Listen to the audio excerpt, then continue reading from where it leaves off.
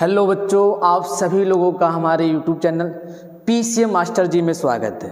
और बच्चों, यह अंतिम प्रहार सीरीज की अगली वीडियो है जिसमें हम लोग यौगिक या संयुक्त सूक्ष्मदर्शी के बारे में डिटेल से समझेंगे। तो अब बात करते हैं कि संयुक्त सूक्ष्मदर्शी कहते किसको हैं। तो बच्चों, इसमें कम फोकस दूरी और कम द्वारक के दो उत्तल लेंस लगे होते हैं, जैसा कि फिगर में आपको दिखाई दे रहा है। अब इन दोनों उत्तल लेंसों को, एक को अभिदृश्यक लेंस कहते हैं और एक को नेत्रिका लेंस कहते हैं। अब बात करते हैं कि अभिदृश्यक लेंस आप किसको कहेंगे। तो जो लेंस बच्चों वस्तु के पास होता है, देखिए मेरे पास एक वस्तु है AB और इसी का हमको मैग्नीफाई यानी इसकी आवर्धन क्षमता हमको बतानी है।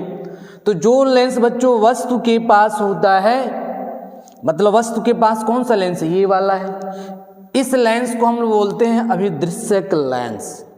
और जो लेंस नेत्र के पास होता है बच्चों, उस लेंस को बोलते हैं नेत्रिका लेंस आईपीस, जिसको क्रमशः हमने दिखा दिया है O से और E से, ठीक है। और इसमें जो होता है बच्चों, दोनों लेंसों के जो अक्ष होता है वो समान होता है।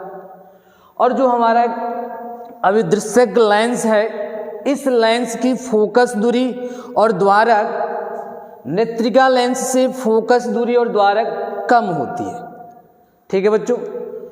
अब हम बात करते हैं कि मेरे पास जो ऑब्जेक्टिव लेंस है, इस लेंस के सामने एक वस्तु रखी गई है AB। अब इसका हमको इमेज बनाना है, तो देखिए हम कैसे बना सकते हैं, ठीक है। तो देखिए ये जो वस्तु AB है, इस ऑब्जेक्टिव लेंस से कितनी दूरी पर हो, दूरी दिखा दी हमने UO। वो इसलिए हमने लिखा हुआ है कि यह ऑब्जेक्टिव लेंस से है, इसलिए वस्तु की दूरी UO हो गया। अब इसका हमको इमेज बनाना था, तो हमने क्या किया, इस वस्तु से दो प्रकाश की किरण लेंस पर भेजे हैं। एक प्रकाश की किरण आप देख रहे हैं लेंस के समांतर जा रही है और दूसरी प्रकाश की किरण इसके प्रकाशिक केंद्र से, जो लेंस है लेंस के प्रकाशिक केंद्र से गई।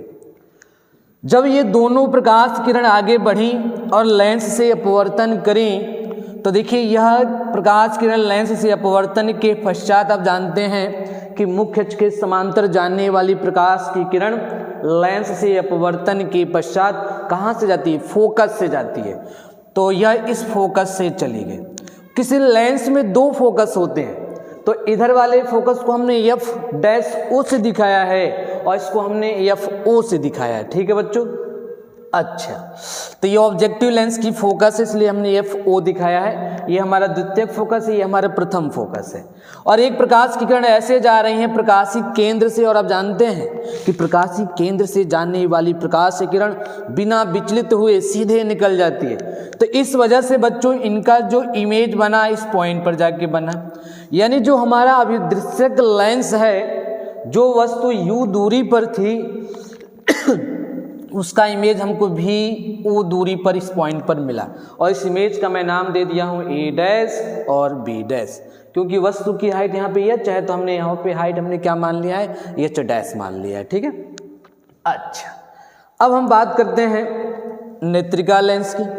अच्छा बच्चों, यहाँ पे एक बात ध्यान रखेंगे आप, यह जो इमेज बना हुआ है, यह इमेज इस नेत्रिका लेंस के लिए आभासी वस्तु का काम करेगा और फाइनल इमेज यही बनाएगा।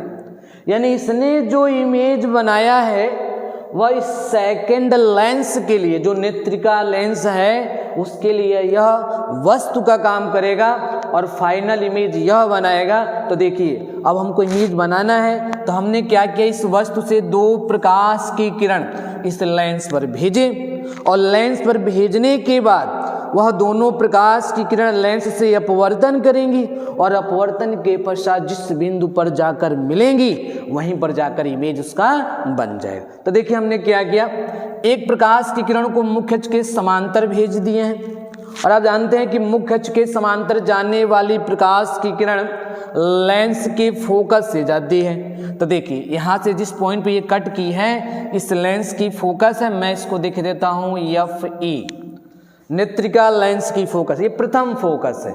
चलिए द्वितीय फोकस यहाँ दिखा दिया जा रहा है। इस लेंस की जो द्वितीय फोकस होगी यहाँ कहीं बीच में होगा, उतनी ही दूरी पर होगा ये भी, यानी E' बोल दिया जा रहा है इसको, ठीक है। तो तो ये जो हमारा ए डैश बी डैश इमेज बना है इस लेंस की फोकस और प्रकाशिक केंद्र के बीच बना हुआ है, ठीक है।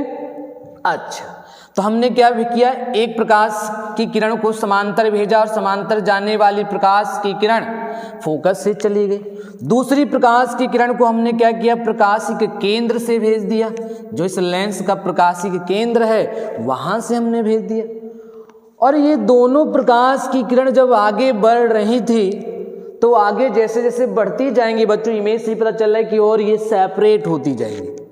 आप जैसे कि देख रहे हैं ये किरण जैसे जैसे आगे जाएंगी और सेपरेट होती जाएंगी। जब आगे सेपरेट होंगी तो क्या आगे मिलना पॉसिबिलिटी बन रही उनकी? नहीं, बिल्कुल नहीं मिल सकती। जब वे आगे नहीं मिल सकती तो यह लेंस आपका इमेज बना नहीं सकता।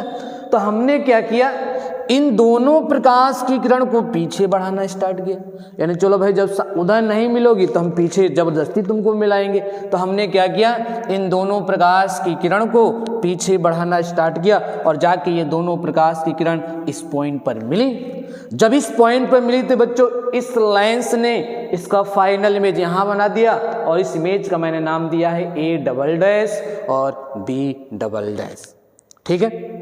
अच्छा, एक बात और अब समझ लेंगे, अब हमको फाइनल इमेज यह देखना है A double dash B dash, तो हमारा नेत्र यहाँ होगा। इस नेत्र के माध्यम से हम लोग फाइनल इमेज देख लेंगे और हमारे नेत्र पे जो एंगल बनेगा, देखिए जब हम इस पूरे प्रकाशिक यंत्र के साथ अपनी आंख के माध्यम से हम लोग इस फाइनल इमेज को देखेंगे तो हमारे आंख पे जो एंगल बन रहा है वो एंगल क्या बन रहा है, बीटा। यानी हमारे आंख पे जो दर्शन कोण बनेगा बच्चों क्या बनेगा, बीटा बनेगा। क्या यह इमेज आपको समझ में है? उम्मीद करते हैं बच्चों यह आपको फिगर समझ में आया होगा। अब हमको चूंकि इसकी आवर्धन क्षमता निकालनी है तो देखिए इसकी आवर्धन क्षमता कैसे निकाली जाती है वह चीज़ हम समझते हैं, ठीक है। इसे हम लोग नोट कर लेंगे, अगले स्लाइड में देखते हैं इसकी आवर्धन क्षमता कैसे निकालते हैं, इसे नोट कर लेंगे। यह हमने फिगर के बारे में ही लिखा हुआ है, इसे भी पूरी डिटेल्स आप नोट कर लीजिए, चाहे स्क्रीनशॉट ले सकते हैं। चलिए अब हम लोग देखते हैं इसका आवर्धन क्षमता, यानी यहाँ पे आवर्धन क्षमता बच्चों कोणीय आवर्धन क्षमता निकाली जाएगी, रेखीय नहीं। रेखीय नॉर्मल लेंस के केस में निकाला जाता है क्योंकि यहाँ पे आपकी आंख पे दर्शन कोण बनना है। तो लेंस यहाँ पे जो संयुक्त सूक्ष्मदर्शी चाहे यौगिक सूक्ष्मदर्शी, हम यहाँ पे उसकी कोणीय आवर्धन क्षमता निकालेंगे, ठीक है। तो देखिए क्या हो जाएगा हमारा ये कोणीय आवर्धन क्षमता। बच्चों कोणीय जो आवर्धन क्षमता होता है वह बीटा अपान अल्फा होता है। अब जानते हैं कि बीटा क्या है और अल्फा क्या है। तो देखिए बीटा और अल्फा यह दोनों ही दर्शन कोण है। क्या? दर्शन कोण है, ठीक है बच्चों, दर्शन कोण। अब समझते हैं कि ये दोनों दर्शन कोण कैसे हैं। तो देखिए यह जो बीटा हमारा है, जब हम प्रकाशिक यंत्र के साथ फाइनल इमेज यानी जो ए डैश बी डैश हमको मिला है उसको देखने पर और हमारी आंख में जो दर्शन कोण बन रहा है वह कोण बच्चों हमारा क्या होता है, बीटा होता है। चूंकि सूक्ष्मदर्शी है और सूक्ष्मदर्शी से आप जानते हैं कि छोटी वस्तुओं के बड़े प्रतिबिंब देखे जाते हैं। तो यह जो अल्फा है बिना यंत्र को किनारे कर दीजिए और उस छोटी वस्तु को बिना यंत्र से देखिए, और जब उसको बिना यंत्र से देखेंगे तब आपकी आंख में जो एंगल बनेगा वह एंगल हमारा अल्फा कहलाता है, यानी दर्शन कोण हमारा क्या होगा, अल्फा होगा, ठीक है। तो उम्मीद करते हैं बीटा और अल्फा आपको समझ में आ गया। अच्छा, तो बच्चों बीटा तो हम लोग इस फिगर से निकाल सकते हैं। देखिए जो हमने फिगर बनाया है यहाँ से बीटा हम लोग कैलकुलेट कर लेंगे। अब बात करते हैं कि अल्फा कैसे निकाली जाए। तो देखिए अल्फा निकालने का यही ऑप्शन है, चूंकि हमको बिना यंत्र के माध्यम से देखना है। अब किसी छोटी वस्तु का बड़ा प्रतिबिंब आप देखना चाहते हैं तो जाहिर सी बात उस वस्तु को आप अपने स्पष्ट दृष्टि की जो मिनिमम डिस्टेंस है, जो न्यूनतम दूरी है, उस पॉइंट पर रख कर देखेंगे। तो वस्तु सेम वही है, एच हाइट वाली, अब उसका बड़ा प्रतिबिंब देखना चाहते हैं तो हम अब क्या करेंगे, स्पष्ट दृष्टि की जो न्यूनतम दूरी है वहाँ पे रख कर उसको देख लेते हैं, और जो आपकी आँखों पे कोण बनेगा वही हमारा यानी अल्फा हो जाएगा, यानी दर्शन कोण बन जाएगा वह। तो देखिए कैसे हो जाएगा, वस्तु हमारे पास जो है वह सेम वही है, यानी ए बी और हाइट उसकी एच है, ठीक है। और उसको हमने क्या किया है, स्पष्ट दृष्टि की न्यूनतम दूरी पे। अब भाई स्पष्ट दृष्टि की न्यूनतम दूरी आप जानते हैं 25 सेंटीमीटर, जिसको हम कैपिटल डी से दिखाते हैं। हमने यहाँ रख दिया और यहाँ से अपनी आँख लगाकर, ठीक है बच्चों, हमने इस वस्तु को देखा। जब इस वस्तु को आपने देखा तो आपकी आँख पे जो यहाँ पे एंगल बनेगा वह एंगल बच्चों क्या होगा, अल्फा होगा, ठीक है। और उस अल्फा कोण को हम लोग कैलकुलेट कर सकते हैं। चलिए कैसे कैलकुलेट कर सकते हैं देखते हैं, ठीक है। तो चूंकि दर्शन कोण हमारी आँख पे बने हैं और दर्शन कोण क्या होते हैं, बहुत छोटे होते हैं, ठीक है। अब हमको ये अल्फा निकालना है तो देखिए क्या हो जाएगा। मैं इस फिगर में बच्चों अप्लाई करता हूँ 10 अल्फा, यानी 10 अल्फा, और नियरली ये क्या हो जाएगा, अल्फा हो जाएगा। अब नियरली अल्फा क्यों हो रहा है, क्योंकि अभी हमने बताया कि दर्शन कोण जो होते हैं बहुत छोटे कोण होते हैं, और छोटे एंगल को यदि 10 थीटा है तो नियरली इसको थीटा लिखा जा सकता है। उस हिसाब से 10 अल्फा को नियरली हम लोग अल्फा मान सकते हैं।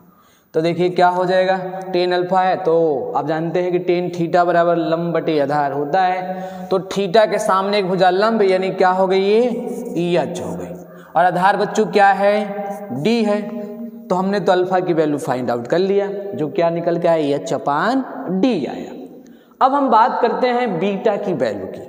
तो बीटा की वैल्यू आप कैसे फाइंड आउट करेंगे, फिगर से देखिए मैं बीटा की वैल्यू यहीं पर लिख देता हूँ, ठीक है। तो देखिए क्या हो जाएगा हमारा बीटा का मान,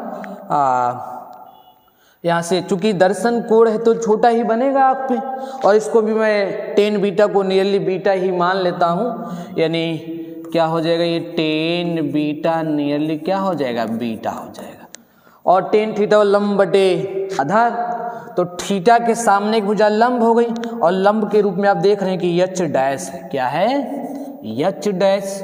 और आधार के रूप में बच्चों यहाँ से यहाँ तक की दूरी जो किसके बराबर है, यू ई के बराबर है। तो मैं इसको लिख सकता हूँ यू ई, ठीक है। तो हमने क्या किया, अल्फा और बीटा का मान फाइंड आउट कर लिया, और अल्फा बीटा का मान इक्वेशन में हम लोग भरते हैं, ठीक है। चलिए इसको आप इक्वेशन मान लीजिएगा, ठीक है। इसको आप इक्वेशन नंबर 1 मान लीजिए, ठीक है। तो हम क्या करते हैं, अल्फा बीटा का मान इक्वेशन नंबर 1 में भरते हैं, यानी अल्फा व बीटा का मान समीकरण 1 में रखने पर, चलिए रखेंगे तो क्या हो जाएगा, कैपिटल एम इक्वल टू, ये हमारा हो जाएगा बच्चों बीटा मतलब अभी जो हमने वैल्यू फाइंड आउट किया था, क्या फाइंड आउट किए हैं, H dash upon U E, यानी H dash upon U E, और डिवाइड में क्या हो जाएगा, अल्फा का मान हमारे क्या है, एच अपान डी, ठीक है। अब ये डी प्लट के बच्चों कहाँ चला जाएगा, ऊपर चला जाएगा, यानी मैं लिख सकता हूँ एच डैश अपान एच इंटू ये हो जाएगा डी अपान यू ई हो जाएगा, ठीक है।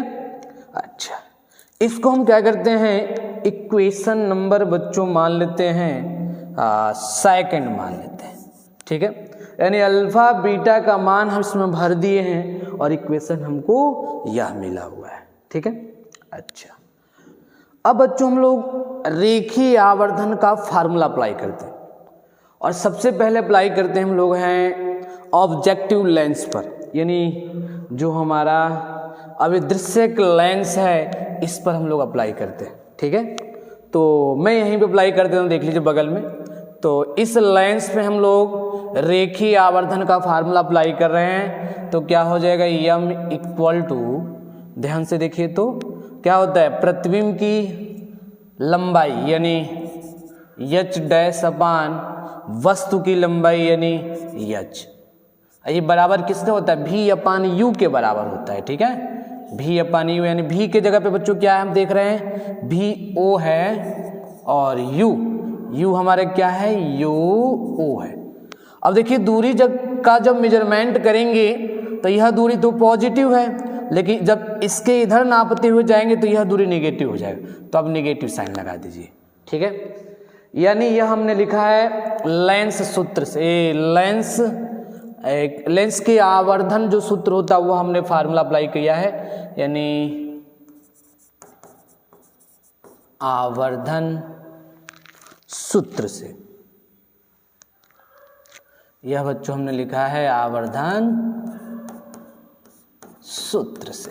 ठीक है, चलिए यह मान आप भरिए तो इक्वेशन नंबर उसमें सेकंड में, तो एच डैश अपान एच के जगह पे मैं क्या लिख सकता हूँ भी ओ अपान यू ओ लिख सकता हूँ। ठीक है, यानी यह इक्वेशन जो बच्चों है कुछ इस प्रकार मॉडिफाई हो जाएगा, एम इक्वल टू माइनस का भी ओ अपान यू ओ है ये। ठीक है, और इधर हो जाएगा डी अपान यू ई हो जाएगा। ठीक है, अच्छा, और मैं इसको बोल देता हूँ इक्वेशन नंबर थर्ड बोल देता हूँ। ठीक है, अच्छा, यह इक्वेशन हमने फाइंड आउट कर लिया। अब हम क्या करते हैं, जो नली है नली की लंबाई फाइंड आउट करते हैं।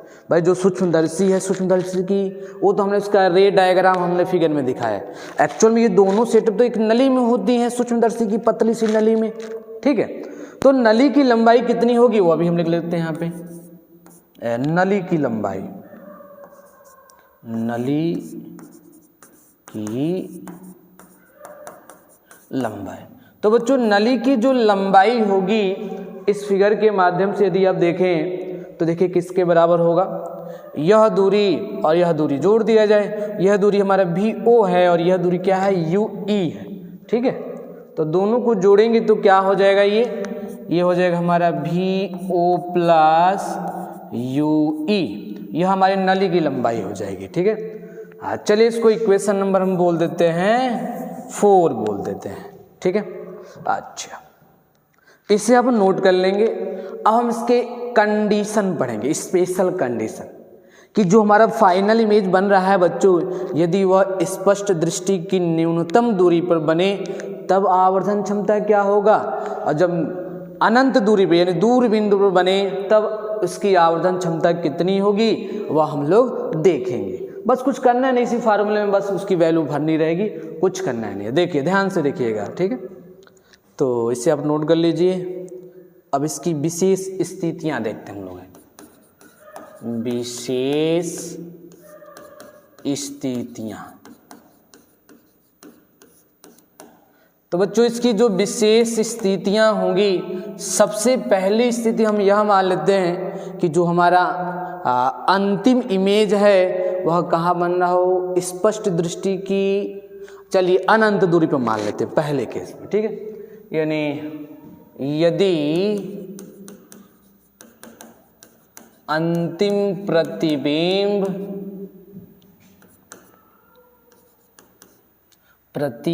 होता है,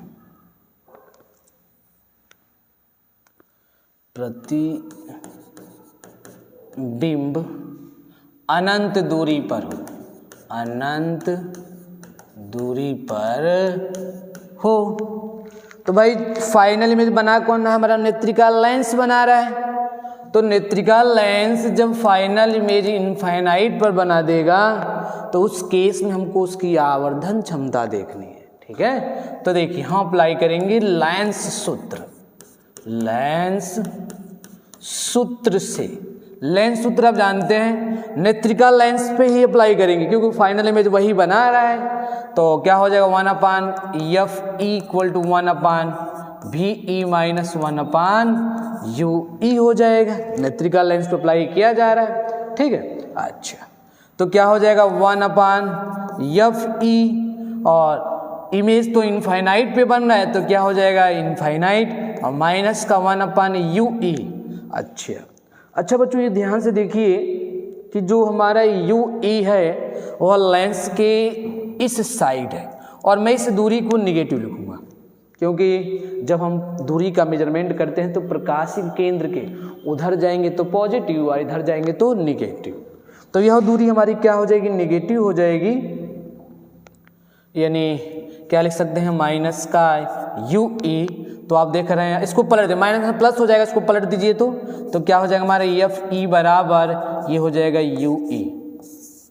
यानी इस केस में हम देख रहे हैं कि जो अभिदृश्यक लेंस की फोकस दूरी है वह वस्तु की दूरी के बराबर आ जा रही है, यानी यू ई के बराबर। तो मैं यू ई के जगह पे एफ ई लिख सकता हूं। अब हम बात करते हैं समीकरण नंबर कौन से, थर्ड से। ठीक है, मैं इस यू ई की जगह पे क्या लिख सकता हूं, एफ ई लिख सकता हूं। तो देखिए क्या हो जाएगा हमारा, ये समीकरण थर्ड था ना, समीकरण थर्ड से क्या हो जाएगा आवर्धन क्षमता हमारा, यानी कैपिटल एम बराबर माइनस का भी ओ अपान यू ओ, ये हो जाएगा डी अपान एफ ई हो जाएगा। ठीक है बच्चों, यह हो जाएगा। अच्छा, नली की लंबाई इस बार क्या हो जाएगी, देखिए तो नली की लंबाई भी देख लेते हैं। यहीं देख लीजिए, उधर अगला केस बता देंगे, नली की लंबाई यहीं देख लीजिए क्या हो जाएगा। नली की लंबाई यानी एल बराबर क्या हो जाएगा, हमने लिखा था भी ओ प्लस यू ई था, तो यू ई तो आप देख रहे हैं कि एफ ई के बराबर है, तो एफ ई के बराबर हो जाएगा।